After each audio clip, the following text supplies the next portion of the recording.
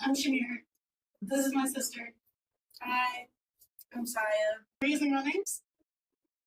Okay, your name is Saya, aka what? Sai. Aka what? Sai CP on Insta? Aka Honest. Isn't it like Moon? Moon something? Moon child? Is that you? No, yeah. Anyway, hi, I'm Shamir, and I know this is not normal content, but I'm here to talk about something very serious, very important. I wrote a movie, and I need money. I wrote a movie, and it's called Career Queer. We're going to talk about it and get you to get into it, along with others, while we learn makeup. Yes, because one thing about me and my sisters, we both are really, really good at makeup. We both learned ourselves. Yeah, actually. Well, okay, well, I won't say that here. What? We cut it out. Because I grew up watching Jeffree Star. Oh, what? It's not our fault, that he turned out to be, a demon. Well, first of all, I retired as a solo artist from music because the music industry is ghetto. But honestly, truly, yes, the music industry sucks, and I love doing music, but also, I made 10 albums. And people, first of all, people go entire careers without making 10 albums, right? I just speed ran my music career. And after 10 albums, I said what I wanted to say. But it also just kind of worked out that I wrote a film the year before, or around the time that I decided to retire. So I decided to retire in 2023. In October 2023. That's when I made the decision. That's when I told my label. That's when else I gonna do it. And my last album, that's when I came up with the concept of my last album. My last album, every single song was written by one of my friends. I did not write a single song. It was just a homage to my friends who was with me throughout my entire career, and just helped me get to this point. And then I started writing this script in December of 2023. So I had the idea for the script since December 2022. I marinated for a whole year. And then I woke up at 3 a.m. in the middle of the night, and something told me to watch The Watermelon Woman. And if you don't know that incredible film based in Philadelphia, after I watched it, I was so inspired that I just wrote the first 7 pages of the script called Career Queer. That's a little bit of the backstory. Career Queer. I mean, I don't want to get too much away. By the way, I'm finding it. I'm finding it. It's hard. It's hard to. Basically, the main character is named Ash. And, it's very coming of age. You follow him through his journey with his straight roommate, who is definitely is curious, but not for serious. You know what I mean? Dropping hints, but Ash is girl, get somebody else to do it. You know what I mean? Yeah. Because while Ash is young, he ain't stupid. Right. Yeah, Ash is just navigating his early 20s with this straight, kind of curious roommate who's in a band. Ash is a painter. Everybody's an artist. Listen, they tell you to write what you know. And that's what I did. I'm an artist. All my friends are artists. Yeah, Ash is a painter. And his roommate, Kyle, is in a band. And he plays bass. And also, Ash's best friend, Ollie, is also straight, but they are very close, but they're a little too close. A little too close.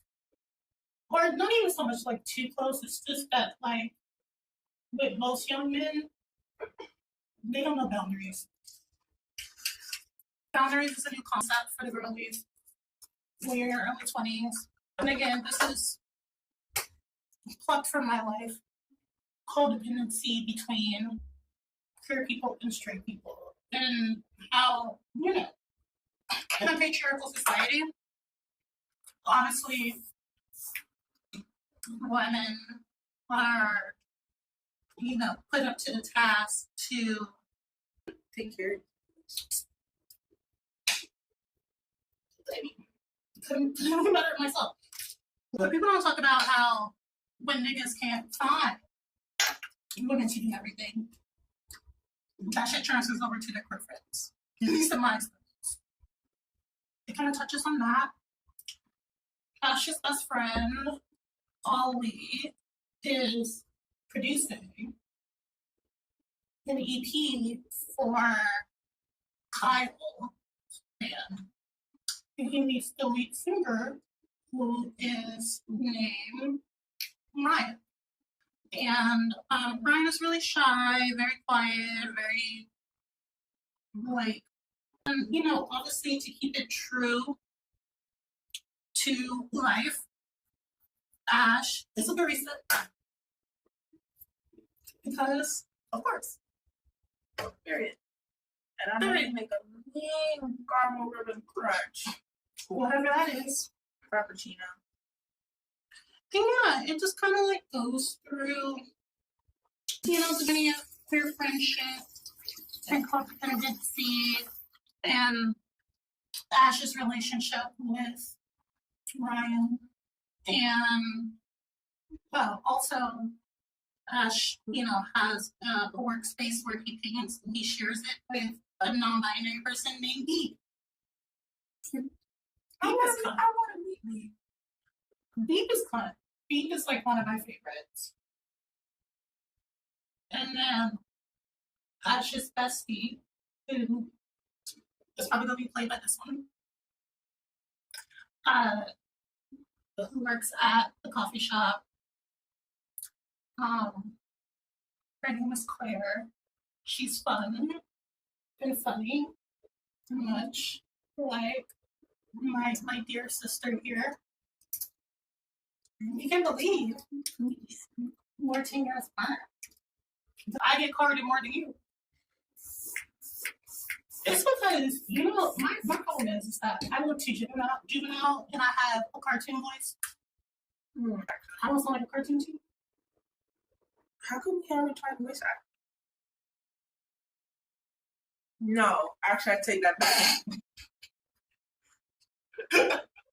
It's a perfect segue because, yes, aside from music, I do have some film industry experience. My first role was in Dear White People, the series, first season. I played a Nepo baby, which Still working on the Nepo part, but we're still working on Nepo part. I always joke that I'm trans Nepo baby. I should have been more a Nepo baby, But yeah, that was my first real role on Netflix. And then what I talked to her about early, she's about voice acting. Then the only recurring role that I ever had was cartoon. It was Two Good Birdie, which is done by the people who did BoJack Horseman. Shout out to Lisa. Yeah, shout out to Lisa Draws. They did 3 seasons, but I think I only came in for 2, the first and last.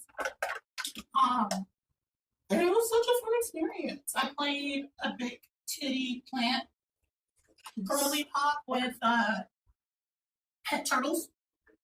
So that's most of my experience. The tone of Korea Queer is kind of it's a dark comedy. It is funny, but it's also kind of sad. It's not giving trauma porn because that's another thing that I'm just turned off with queer media. But also, being queer, especially in these times, are traumatic. So I don't want to completely stray from it because there is also I've also noticed just an overcorrection with a lot of queer media where they want to act like being queer is all fun and rainbows. I think a perfect example of that is No Tea No Shade, the Laverne Cox show, where she went back to Mobile, Alabama with her father. as a trans woman, as a black trans woman. And it's just like this all in the family ass, like, honky dory sitcom. Huh? You really think a black woman going back to Alabama in Trump's America was going to be a cute little, you know? And listen, we could suspend reality a little bit, you know what I mean, for a little hee hee ha, but I don't feel comfortable doing that until we have all our rights. Then we can hee hee ha. You know what I mean? So I noticed there's like a stark contrast between that and then also trauma porn or just softcore porn. And that's where to heat a rivalry. Again, no Tino shade. No Tino shade. No Tino shade. Don't come for me. Don't come for me. I've not watched that. Let's see, this is no Tino shade. And honestly, I was really tired when I tried to watch it. But I did fall asleep after the second episode. Maybe I would try again in the future, but as of right now, I'm just good. You know what I mean? Like, no thank you. But love Connor's story. I think he is such a talent. Obviously he faked that accent because I genuinely thought that he was Russian, and when I saw that he was American, I was like, oh, her. So like, I think we got some really great talent out of that show. I just don't think it's the show for me. Can we talk about this face? It's getting skin. Yeah. Also, this house locks.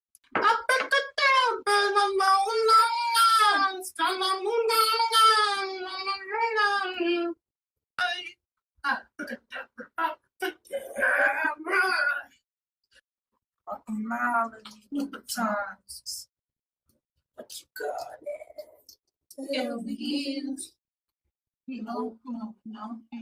16 in the middle of Tampa. 19 in the middle of Tampa, actually. Let's talk about trauma.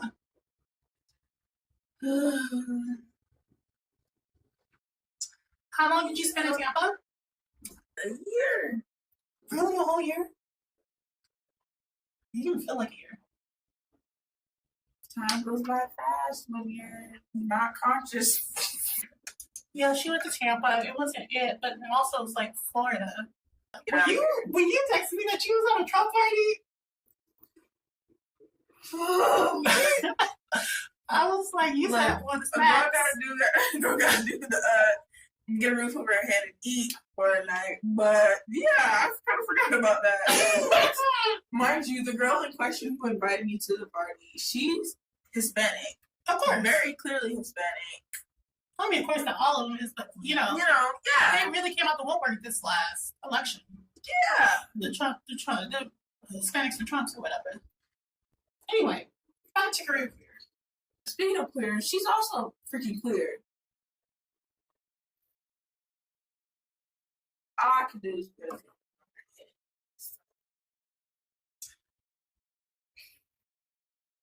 You see, this is why we need good queer media. Yeah.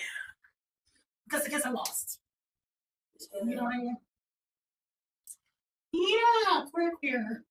So basically this is kind of serving as a commercial, this video, to raise money. We're launching crowdfund. Obviously, link will be in bio, description, everywhere, like blah, blah, blah, we're just posted. Listen, we're not asking for much, we're asking for 100K, which is like literally nickels, dimes, and pennies for a film. Yeah. I love a good low budget film that's so good that people are like, oh wow, I can't believe that was made with like $1 in a box. $1, give me the $1. And I've always been the type of person that like I'm more inspired and I think my best work with limitation. You find facets of your creativity when you're limited. I've always been a DIY girly. It's just where I do my best work. So It's in our genes. It's in our genes. We know how to make something out of nothing. Because again, even though we feel like knuckle babies, we absolutely are not. Absolutely not. And I remember when I first came out, you can go to my Wikipedia probably right now. It says that TT Mila, worked in the music industry just because I said it. One interview once that she wrote songs. Girl for fun in her bedroom. And her back. Please don't piss me off. Don't piss me off. I'm not. If y'all go to my Wikipedia, you see that it's MIT working in the music industry. No, she didn't. Her first official songwriting credit was on my first album. First of all, if there was nepotism, we wouldn't be here right now. We wouldn't be here right now. We already be at the Oscars, which is what we're trying to go to with this film. But yeah, I always wanted to make a super low budget film. I love low budget media. I think that's just a real test of creativity, right? Like, you can have all the money in the world and still make something ass because you were challenged. The film world is already struggling as far as like with money in a similar way that music was, or it still is. But I feel like now, you know, the movies and film world is kind of catching up to it because people just don't go to movies like that. You know, there was a point where I was kind of like talking to different producers and shopping this film around. But I wanted to stay true to the integrity of it. And I'm not gonna lie, it took everything in me to crowdfund because I didn't want to. Because it was like, oh my god, what's gonna be my call? That's gonna be embarrassing. Like blah blah blah. Like I'm still scared. But Fucking we ball. And also, I'm just like, I just feel like this film needs to be made in the vision that I envisioned it for. And I don't want it touched and fucked with. And because the whole point is to give a new perspective and not make it, you know, by the book. And when you're like doing stuff with like studios and producers and labels and financiers, they just want to make their money back, which I get. Like, we live in a capitalist society, unfortunately. I think that there's still a lot of fear around trans artists and trans stories, racialized artists and racialized stories, like the sellability, the marketability of these things. Yes. For the higher ups, like that. I mean, I don't know them, but I think what I imagine is that they're like, okay, this artist might be interesting, but will they make us money? Like, will they bring in these like millions and millions of dollars, you know? Yeah. And if that you commercial revenue. Yeah. And if you don't do that, if you don't like offer that through your image or what you look like,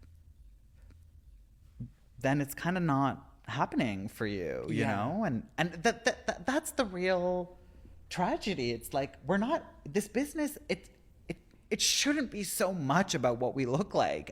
And it is. It's like everything. This it is business, such a big part. For an industry that should be about truth and what feels real and human, it's so not. Even from my own experience watching media, the white body is the universal experience. That I'm supposed to look at this character and be like, they're the every person. What you're going through is exactly what my life is, right? Yeah. And I'm supposed to connect with these characters. That's by default. Yeah. However, you know, any black leads or black shows, if they're not perpetuating a stereotype, they're not sellable, marketable, right? If they're, you know, there can't be like a small town black person. It's like from the hood. You know, which stories are valid for sure. But that's not the only thing that we are. I was just like, you know what? I'm gonna shoot my shot crowdfunding. And we have a community.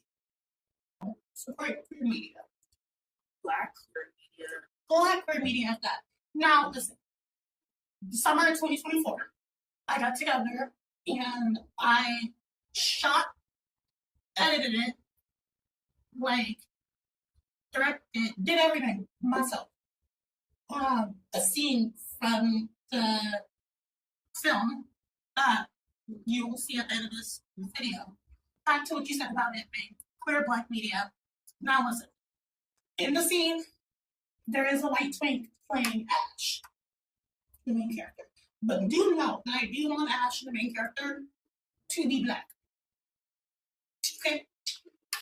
What happened was, I did ask a black non-binary person, and they've been very weird to me because I had heard them for at least 5 years. And, I asked them to do this for me because they also worked in film.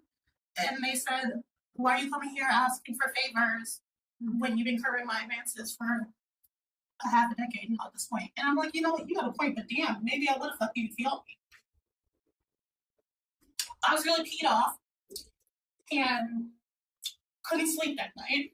Where I lived in South Philly, right across the street is a coffee shop. The wonderful barista, by the name of Elijah. Just anytime I go in there, he comforts me. He comforts everyone. He's just honestly like the neighborhood therapist. Like people come in and just like be spilling all the tea with him, and then he hands them the tea. And he was just like talking to me, and I was looking at him, and I was like, you know how to act. And he was like, I took an improv class once last summer, and I was like, good enough. We got together with my emotional support twink, August Nandi. We did 2 rehearsals, and we shot it at Johnny Brenda's in North Philly, or Fishtown in North Philly. But yeah, we got together and shot it at Johnny Brenda's. And I had Elijah play Ash because that's all I had. Not working with much. And, they did that for free. They learned their lines. They killed it. Now, August in the film, we have actors attached to the film now so far this course of time. In August, we'll be playing Ryan. So that will be true to the film. But Elijah will be playing a smaller character who's also in the band. He's going to be playing the drummer. But we have him play a black baby. We use our imagination. But also, I did write the film to be colorblind. So anybody of any race in any ethnicity could play any of the characters, and it's the work. And that was also important to me, even though obviously I wanted to have a black queer lead because representation. But I didn't want that also to be the basis of it, because also it does feel cringy to kind of like see, black queer media, or just like queer media in general, where like the whole point is that they're black, and like that's that's not the representation that we want. No Tyler Perry over here. I challenged myself to write these characters as if anyone could play them. I think I did mighty fine. And now I just want characters of color for the sake of diversity. The other thing about it too is that, the main character is not necessarily non-binary, but he gives non-binary tea. You know what I mean? Like, Yeah. let's talk about this. I want Ash to be a black, queer, feminine lead in the film. When's the last time we saw that? Oh, wait.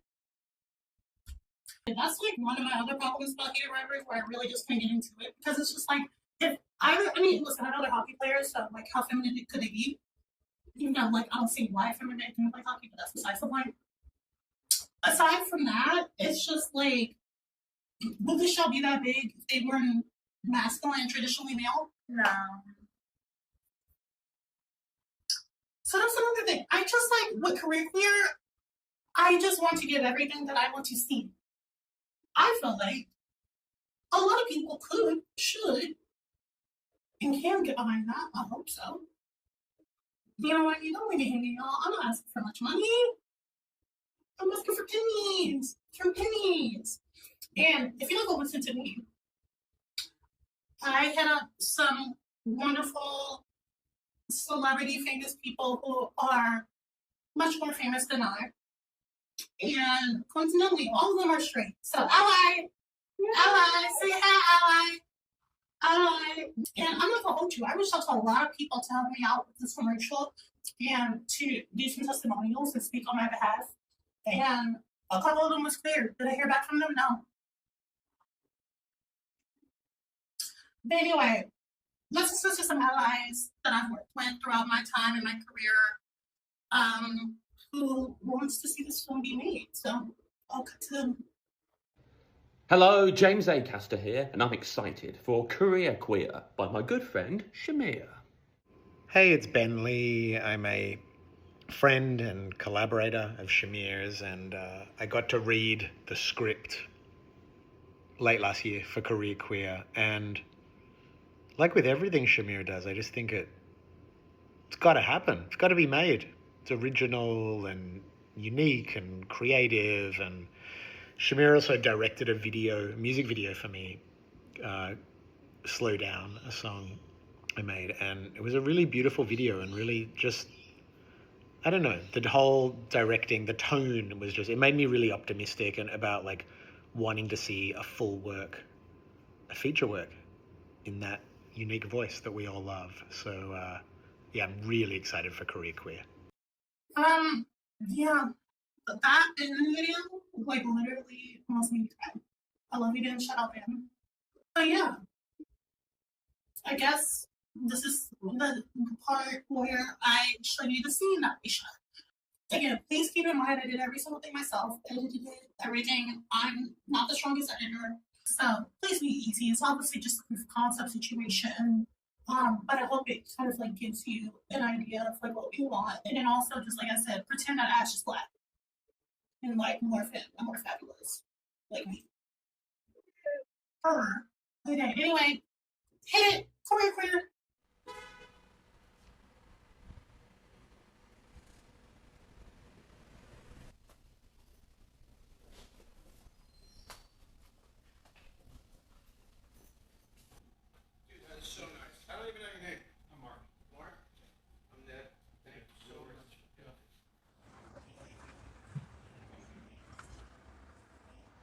Hey, can I bum one?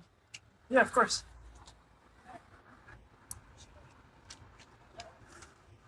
Thank you.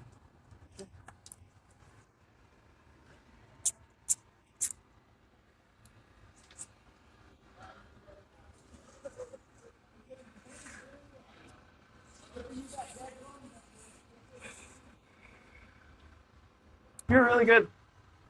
Oh, fuck. Thank you, man. I'm Ash, by the way. Kyle's roommate. Oh, wait, no way. You're, Ollie's partner, right? No, that was Sarah. Sarah. Ollie's girlfriend? Well, I guess not anymore. Sounds like a drama. No, it's not like that. We have an unusual relationship. He's intense. I'm obsessive. It's a match made in hell, but I love him. Yeah, everybody loves Ollie. Yeah.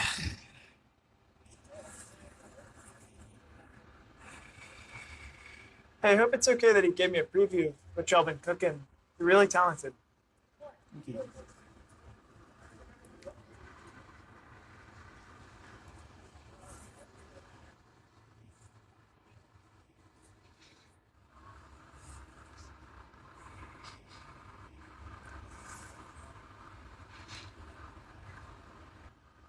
Oh, I'm gonna head back and pack up, but it was good to meet you. Yeah, you too.